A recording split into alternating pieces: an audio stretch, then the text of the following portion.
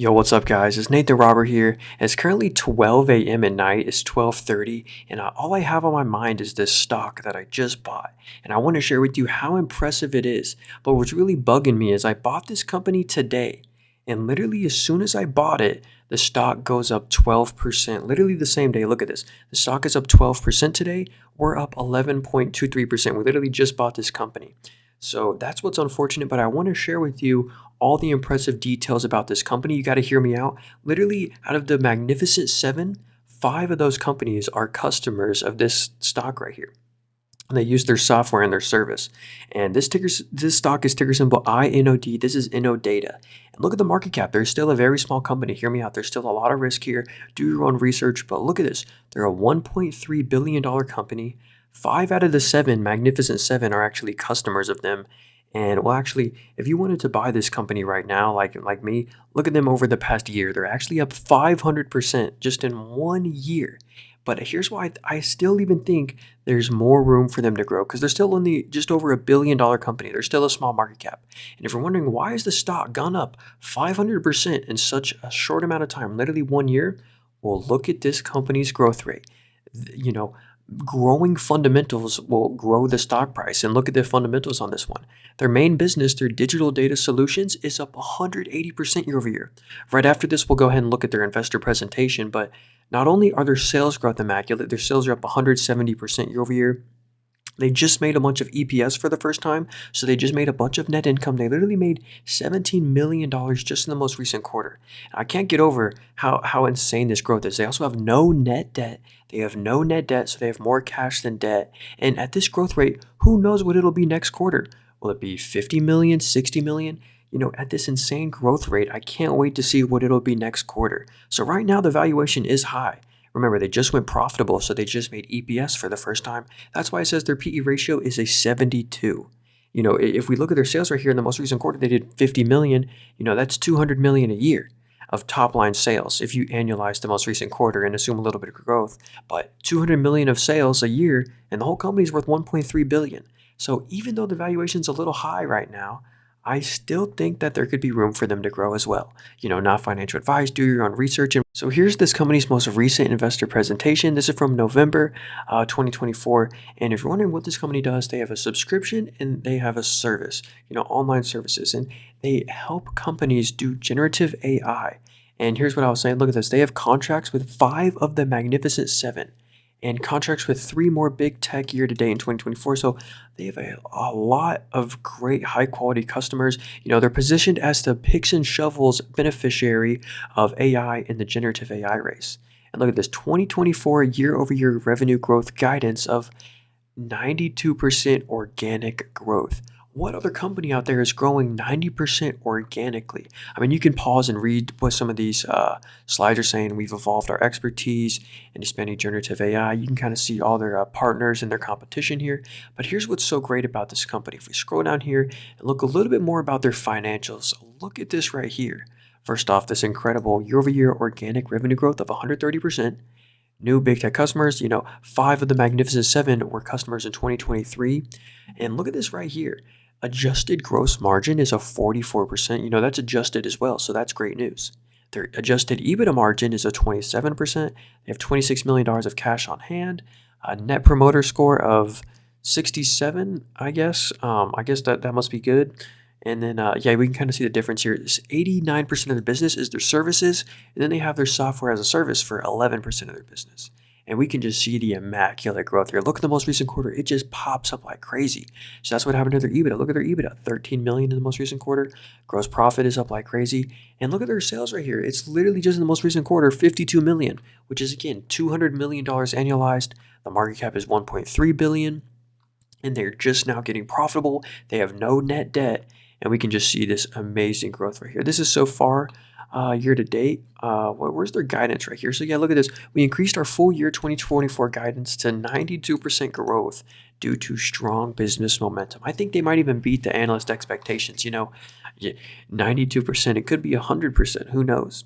And, healthy balance sheet with high net cash. So yeah, they have more cash than debt, which is a great. I think they have like 8 million of debt and like 30 million of cash or something. Or yeah, look at this, $26 million of cash right here as of June 2024. And look at their stock-based comp. If we go and look at their total common shares outstanding, you've literally only been diluted 1% year over year. That's because they don't have, in the most recent quarter, they had no stock-based comp, or 200,000 year to date. Year to date so far, they literally have had $200,000 of stock-based comp. So, or is this in? Yeah, this is in millions, so that's 200,000, right? Or double check me on this, do your own research. But if you go to their total common shares outstanding, you've literally only been diluted 1% year over year. So yeah, I would recommend doing some more research in this company.